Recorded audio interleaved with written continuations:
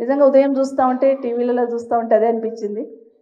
రాత్రంతా దొంగలు వచ్చి ఎక్కడ కొడతారని గతంలో పూర్వకాలం దొంగల కోసం కావలు ఉండేవాళ్ళు. కానీ ఇప్పుడు ప్రభుత్వం ఎక్కడొచ్చి మీద పడి మమ్మల్ని కొట్టేస్తుందని భయంతో ఈరోజు బతుకుతున్న పరిస్థితి ఈరోజు రేవంత్ రెడ్డి గారు తీసుకొచ్చారు.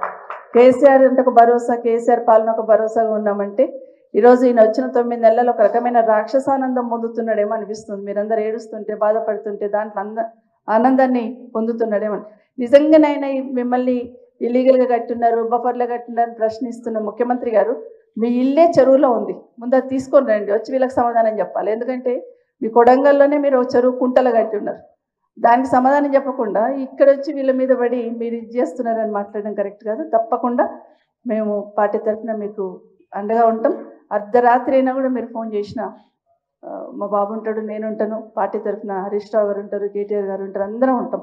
కాబట్టి మీరందరూ కూడా ధైర్యంగా ఉండండి. హరీష్ రావు గారు చెప్పినట్టు టెన్షన్ పడకండి, తొందరపడకండి, ఆరోగ్యాలు ఇది కాకుండా ఖచ్చితంగా లీగల్గా ఫైట్ చేస్తాం, ఫిజికల్ కూడా అక్కడ వచ్చి మీకు నిలిచిన ప్రయత్నం చేస్తాం.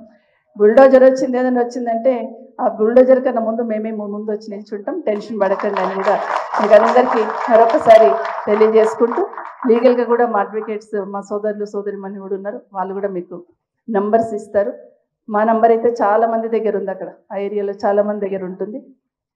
సో ఎప్పుడున్నా మేము భరోసా ఇస్తాం. మీరు కూడా 10 మందికి ఆ ధైర్యం ఇచ్చే ప్రయత్నం చేయండి. ఎందుకంటే నిజంగానే అన్ని పర్మిషన్స్ తీసుకొని కట్టుకున్న వాళ్ళకి ఇంత అరాచకం చేసే ప్రయత్నం చేస్తున్నారు. ఇంతకుముందు హరీష్ రావు గారు చెప్పినట్టు నిజంగానే పైన వాళ్ళ పెద్దలన్నా స్పందించాలి. నాకు ఏమర్థమైందంటే కేసీఆర్ గారు బాగా చేస్తున్నారు, ఒక ఇమేజ్ తీసుకొచ్చున్నారు హైదరాబాద్కి తెలంగాణకి.